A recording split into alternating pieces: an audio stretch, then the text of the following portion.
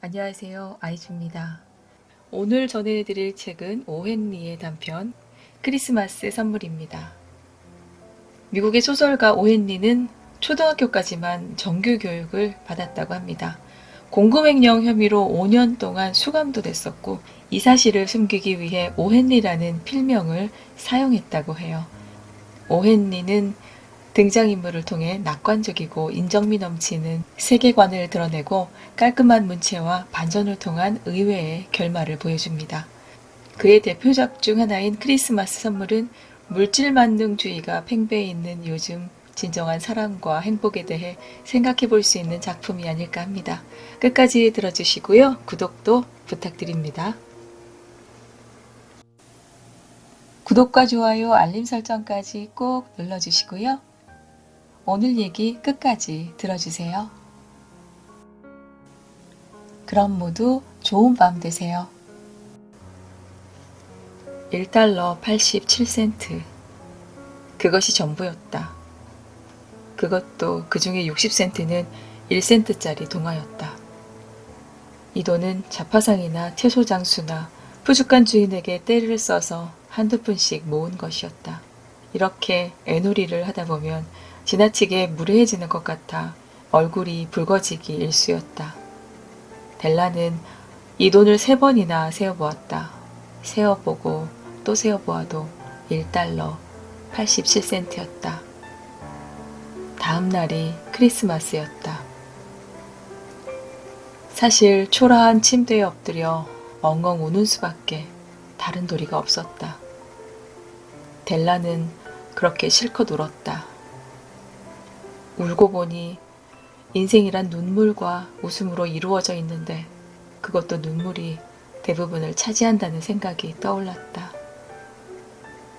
이 집 안주인이 울음을 터뜨린 단계에서 다음 단계로 서서히 넘어가는 동안 우리는 집안 구경을 하기로 하자. 가구가 딸린 이 아파트의 방세는 일주일에 8달러로 아주 형편없는 것은 아니지만 불황자 단속반이 들이닥치지 않도록 주의를 해야 할 만한 집이었다. 아래층 현관에는 한 번도 사용한 적이 없는 편지함이 있고 또 눌러도 소리가 나지 않는 초인종이 있었다. 그리고 거기에는 제임스 딜링함 영이라고 쓰여진 문패가 붙어 있었다. 이 딜링함이라는 이름은 그 주인이 주당 30달러씩 받던 호경기에는 미풍이 휘날리기도 했지만 이 수입이 20달러로 줄어들자 발에서 겸손하고 다소곳한 글자로 줄어들려는 듯 보였다. 그러나 제임스 딜링함 영 씨가 귀가하여 2층 방에 도착하면 이미 델라라고 소개한 제임스 딜링함 영 부인이 짐이라고 다정하게 부르며 힘껏 포옹해 주었다. 이것은 정말로 흐뭇한 일이었다.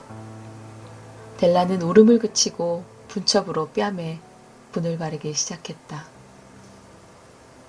그러고 나서 그녀는 창가에 서서 회색 고양이가 회색 뒷마당에 회색 담장 위를 걸어가는 것을 멍하니 내다보았다. 내일이 크리스마스인데 그녀가 짐에게 크리스마스 선물을 사줄 돈이라곤 1달러 87센트밖에 없었다. 그것도 여러 달 동안 푼돈을 모아서 이 정도가 된 거였다. 일주일에 20달러로는 어쩔 수가 없었다. 지출은 항상 예상을 초과했다. 사랑하는 남편 짐에게 선물을 사줄 돈이라고는 1달러 87센트 뿐이었다. 그녀는 남편에게 어떤 선물을 사줄까 하고 이리저리 생각하며 여러 시간을 즐겁게 보냈다. 훌륭하고 귀한 선물, 그러니까 짐이 조금이라도 자랑스러워할 만한 선물을 하려고 궁리했다. 방 안에는 창문과 창문 사이에 벽거울이 걸려 있었다. 싸구려 새방에서나 간혹 볼 수 있는 거울로 가냘프고 민첩한 사람이나 세로로 기다랗게 비치는 자신의 모습을 언뜻 볼 수 있었다.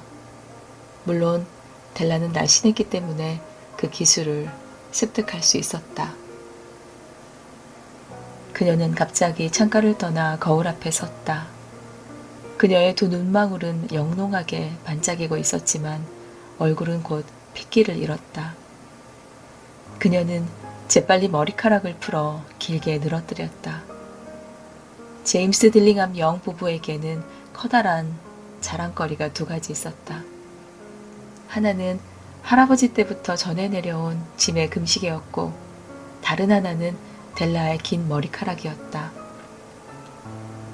만일 시바의 여왕이 통풍칸 건너에 있는 옆집 아파트에 살았더라면 델라는 머리카락을 말리는 척하고 창밖으로 머리카락을 늘어뜨려 여왕의 금은 보석이 그 빛을 잃게 했을 것이다.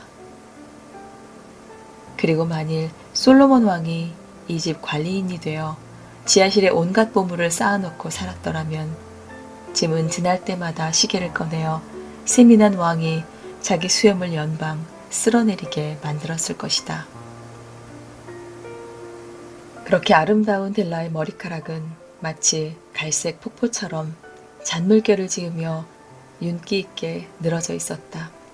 잠시 후 그녀는 신경질적으로 재빨리 머리칼을 감아 올렸다. 그때 그녀는 순간적으로 비틀거리다가 곧 중심을 잡았다. 눈물이 낡은 빨간색 양탄자 위로 떨어졌다. 델라는 낡은 갈색 재킷에 모자를 쓰고 눈에는 아직도 눈물이 맺힌 채 거리로 나섰다. 그녀는 소프로니 마담 상점 각종 모발품 취급이라고 쓰여진 간판 앞에서 걸음을 멈췄다. 델라는 단숨에 계단을 뛰어오르고 나서 숨을 헐떡이며 마음을 가라앉혔다. 체격이 크고 피부가 하얀 마담은 소프론이라는 이름에 어울리지 않게 쌀쌀해 보였다. 제 머리칼을 사시겠어요? 글쎄요. 마담이 대답했다. 모자를 벗으세요. 우선 한번 봅시다. 갈색 머리가 마치 폭포처럼 물결치며 늘어졌다. 20달러 드리죠. 마담은 익숙한 솜씨로 머리채를 들어올리며 말했다. 빨리 주세요. 델라가 동의했다. 놀랍게도 그 후 시간은 장밋빛 날개를 단 듯 흘러갔다. 이거 참, 어울리지 않는 비유는 그만두기로 하자. 그녀는 짐에게 줄 선물을 찾아 가게란 가게를 온통 뒤지며 다녔다. 그러다 드디어 찾아내고야 말았다. 그것은 그 누구도 아닌 바로 짐을 위해 만들어 놓은 듯했다. 그녀는 여러 가게를 구석구석 다 찾아보았지만 어떤 가게에도 이런 것은 없었다. 그것은 디자인이 간결하면서도 우아한 백금 시계줄로서 보통 좋다는 물건처럼 비속한 장식이 달려있는 게 아니라 물건 자체가 훌륭한 것이었다. 그것은 짐의 시계와 어울려야만 진정한 가치가 나타날 만한 것이었다. 그녀는 그것을 보자마자 짐이 가져야 빛이 날 것이라고 생각했다. 그것은 남편을 닮은 듯했다. 과묵하고 귀중한. 물론 이 말은 시계줄과 짐, 둘 모두에게 걸맞은 표현이었다. 그녀는 21달러를 지불하고 나머지 87센트를 들고 서둘러 집으로 돌아왔다. 이 시계줄을 시계에 달면 짐은 어떤 모임에서든 마음 편하게 시계를 꺼내볼 수 있을 것이다. 시계는 훌륭했지만 시계줄이 없어서 낡은 가죽끈을 달았기 때문에 그는 남몰래 시계를 꺼내보곤 했다. 델라는 집에 돌아오자 황홀했던 흥분이 다소 가라앉았고 신중하고 침착해졌다. 그녀는 헤어 아이언을 꺼내어 끝없는 애정과 넓은 마음으로 보기 흉하게 깎은 짧은 머리를 손질하기 시작했다. 이런 일은 누구나 알다시피 성가시고 힘든 일이다. 40분도 못 돼서 그녀의 머리는 짧은 곱슬머리가 됐다. 그 머리 모양은 그녀를 개구쟁이 어린 학생처럼 보이게 만들었다. 그녀는 거울에 비친 자신의 모습을 오랫동안 조심스럽게 이모저모 따지며 들여다보았다. 만일 짐이 나를 용서하고 다시 봐준다면 그녀는 혼자 중얼거렸다. 그이는 내가 코니 아일랜드 합창단 단원 같다고 할 거야. 하지만 난들 어쩌란 말이야. 오, 1달러 87센트로는 별 수 없잖아. 7시가 되자 그녀는 커피를 끓이고 나서 난로 위에 프라이팬을 얹고 고기를 요리할 준비를 하기 시작했다. 짐은 늦게 오는 일이 없었다. 델라는 시계줄을 손에 꼭 쥐고 남편이 들어오는 문 가까이에 있는 식탁 모퉁이에 앉았다. 바로 그때 아래층 계단에서 남편이 올라오는 소리가 들렸고 그녀는 순간적으로 얼굴이 창백해졌다. 그녀는 일상생활의 사소한 일에 대해서도 마음속으로 기도를 하는 습관이 있었다. 지금도 그녀는 하느님 제발 남편이 저를 여전히 예쁘다고 생각하게 해주세요 하고 기도하고 있었다. 문이 열리고 짐이 들어왔다. 그는 여인 얼굴에 몹시 진지한 인상이었다. 가련해 보이는 그는 22살밖에 안 된 나이에 집안을 꾸려나가야 하는 힘든 짐을 지고 있지 않은가. 그는 새 외투를 사야 했지만 장갑도 없었다. 짐은 문 안에 들어서자 마치 메추라기 냄새를 맡은 사냥개처럼 꼼짝도 하지 않고 서 있었다. 그는 델라를 뚫어지게 쳐다보고 있었다. 그의 눈에는 그녀가 읽을 수 없는 감정이 떠올랐다. 두려웠다. 그것은 분노도 아니고 경악도 아니고 실망도 공포도 아니었다. 그녀가 얘기했던 일말의 감상이 아니었다. 그는 도무지 헤아릴 수 없는 표정으로 그녀를 응시할 뿐이었다.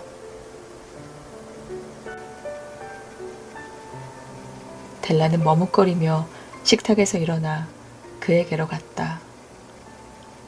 여보, 짐. 그녀는 울기 시작했다. 그런 눈으로 나를 쳐다보지 마세요.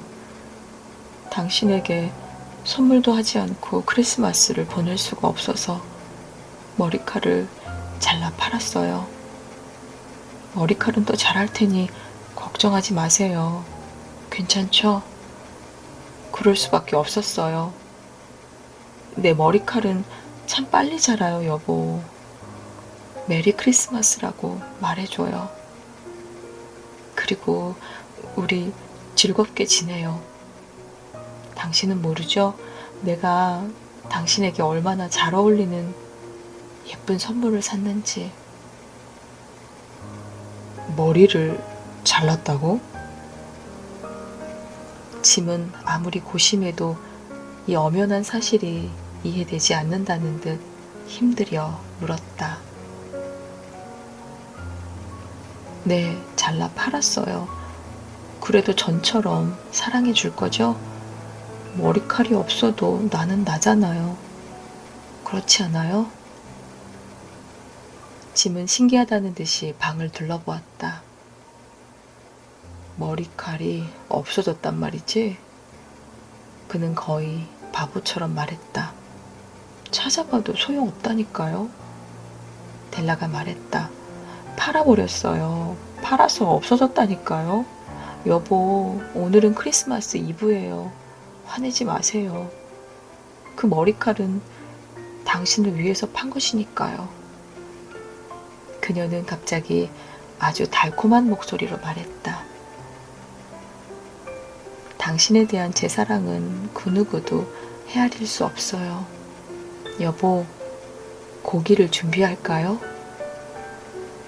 짐은 느닷없이 혼수 상태에서 깨어나는 것 같아 보였다. 그는 아내를 깨어났다. 잠시 이 얘기에서 벗어나 생각해보자. 일주일에 8달러나 1년에 100만 달러나 다를 것이 무엇인가. 수학자나 현자는 옳지 못한 답을 할지 모른다.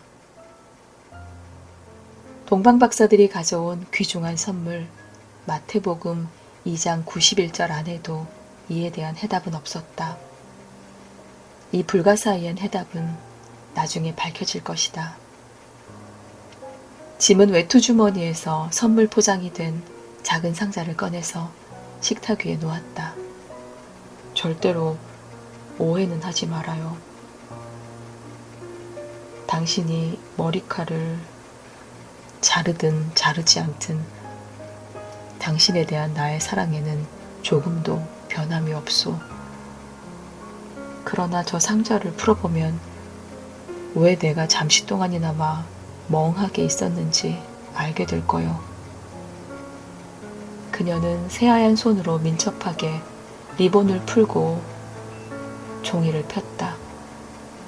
그러자 황홀한 탄성이 터졌다. 그러나 그녀의 마음은 재빨리 변하여 히스테리컬한 울음으로 바뀌었다. 그리하여 이번엔 이 아파트의 바깥 주인이 온 힘을 다해 안주인을 위로할 수밖에 없었다. 눈앞에는 머리핀이 놓여 있었다. 옆머리와 뒷머리에 꽂는 한 세트의 핀이었다.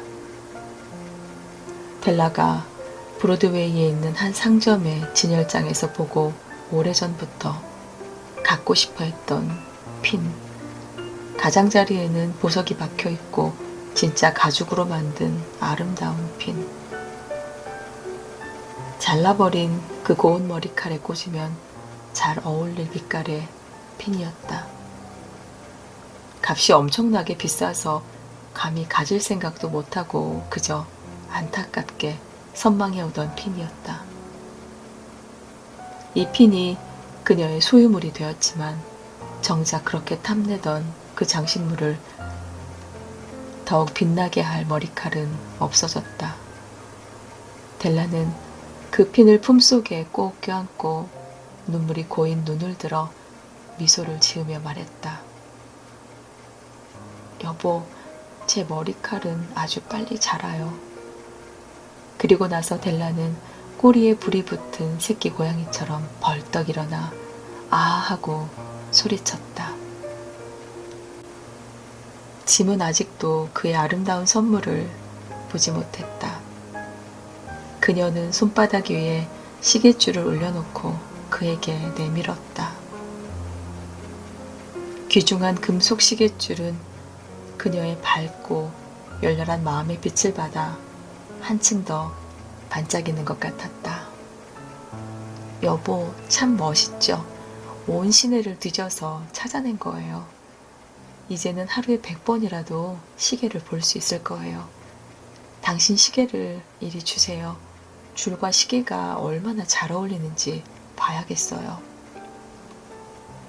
짐은 아내가 시키는 대로 하지 않고 긴 의자에 기대 누워 미소를 지었다. 여보, 그가 말했다. 크리스마스 선물은 당분간 치웁시다. 지금 바로 사용하기에는 너무 훌륭한 것 같아. 당신의 머리핀 살 돈을 마련하느라고 시계를 팔아버렸어. 자, 고기나 준비해요. 주지하다시피 동방박사들은 말구유에서 태어난 아기 예수에게 선물을 가져온 현인들이었다. 그들이 크리스마스 선물을 하는 풍속을 만들었다. 그들은 현명한 사람들이었기 때문에 틀림없이 선물도 재치 있었을 테고, 같은 것일 경우 바꿀 수 있는 특전을 갖고 있었을 것이다.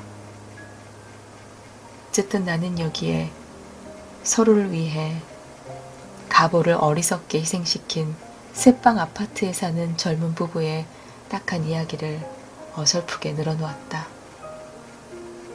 현대의 총명한 사람들에게 끝으로 하고 싶은 말은 선물을 주고받는 사람들 가운데 이 젊은 부부가 가장 현명한 사람들이라는 것이다. 선물을 교환하는 사람 중에서 이들이 가장 현명한 사람들이다. 온 세상에서 그들이 제일 현명하다. 그들이 바로 동방박사다.